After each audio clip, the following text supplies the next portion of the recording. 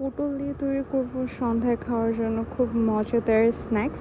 তো আমি এখানে পটলগুলো কেটে নিয়েছি, যে কোনো শেপে আপনি কাটতে পারেন। কাটার পরে আমি পেঁয়াজ কুচি করে সেটাকে দিয়ে দিব তেলে ভাজতে। হালকা কালার চেঞ্জ হয়ে যাওয়ার পরেই আমি দিয়ে দিব পটলগুলো, আর খোসাগুলো আমি অন্য রেসিপির জন্য রেখে দিয়েছি। সাথে একটু ফ্লেভার অ্যাড করতে দিব জিরার পেস্ট এবং একটুখানি আদা এবং রসুনের পেস্ট। এটা অপশনাল, না দিলেও চলবে। পরিমাণ অনুযায়ী লবণ দিয়ে দিবেন এই পর্যায়ে, যাতে পটলটা সিদ্ধ হয়ে যায় আর পানিটাও বের হয়ে যায়।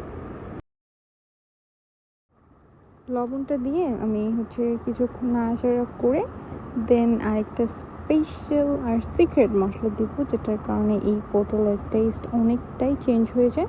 আর সেটা হচ্ছে ধনিয়ার গুঁড়া। এটা অনেকটাই ফ্লেভার বুস্ট করে। এটা দিয়ে আমি অনেকক্ষণ পর্যন্ত নাড়াচাড়া করে পটলটাকে ভেজে নেব, যতক্ষণ না পর্যন্ত সেদ্ধ হয়। তার আগে আমি কাঁচামরিচ দিয়েছি জাস্ট ঝালের জন্য, যেহেতু আমার বাসায় বাচ্চা কাচ্চা অনেকেই আছে, ঝাল সবাই খায় না, সো একটু কম বুঝে সুঝে ব্যবহার করেছি। তারপরে আমি ডো বানিয়ে নিচ্ছি। ডোয়ের জন্য ময়দা লবণ দিয়ে একটুখানি রুম টেম্পারেচারে থাকা পানি দিয়ে একটু একটু করে ডোটাকে মাখিয়ে নিয়েছি। ডোটা রেডি হয়ে যাওয়ার পরে আমি সাইডে সরিয়ে রাখলাম। আর এদিকে পটলটাও সেদ্ধ হয়ে গিয়েছে, তাই আমি উঠিয়ে নিলাম।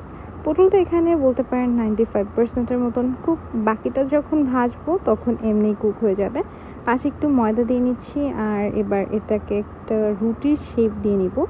মানে খুব বেশি বড় রুটি হবে না, জাস্ট এটাকে পুর ভরার মতন হলেই হলো। ভিতরে আমি পটলের যে ফিলিংসটা বানিয়েছি সেটা দিয়ে দিব। আর এবার মুখটা বন্ধ করে জাস্ট পুরির মতন করে একটু বেলনি দিয়ে বেলে নিলেই হয়ে যাবে। আর এই ভিডিওটা তাদের জন্য না যারা একদমই পটল পছন্দ করে না, বাট হ্যাঁ, সবজি হিসেবে যাদের এই সবজিটা অনেক বেশি ভালো লাগে, তারা এভাবে একবার বানিয়ে দেখতে পারেন। এটা আলু দিয়েও করা যেতে পারে, তবে আমি একটু ভিন্ন পদ্ধতিতে আমার পছন্দের সবজি দিয়ে করলাম। তো এরপরে আমার একে একে সবগুলো বানানো হয়ে গিয়েছিল, তাই আমি তেলটা গরম হয়ে যাওয়ার পরে আমি একে একে এগুলোকে ভেজে নিচ্ছি। সন্ধ্যায় স্ন্যাক্স হিসেবে এটা রাখতে পারেন, ভালো কাজ করবে। চাইলে আপনারা চায়ের সাথেও নিতে পারেন। আর এটার সাথে টমেটো সস যোগ করলে তো এটার টেস্ট অনেক বেশি বেড়ে যায়। আমি যখন এটা ট্রাই করেছিলাম টমেটো সস দিয়েই ট্রাই করেছি। আর এপিট উল্টে দেখলাম যে সেদ্ধ হয়ে গিয়েছে, তারপরে একটা উঠিয়ে নিলাম। এটা দেখতে কিছুটা কুলচার মতন হয়, তবে এটা অ্যাকচুয়ালি কুলচা না। ময়দা দিয়ে করলে এটার ফ্লেভার্স ফিলিংস সব কিছু অনেক বেশি মজা হয়।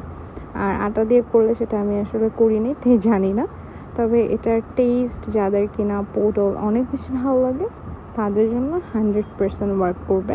যেসব বাচ্চারা সবজি খায় না, তাদেরকে চাইলে এভাবে সবজি খাইয়ে দেখতে পারেন।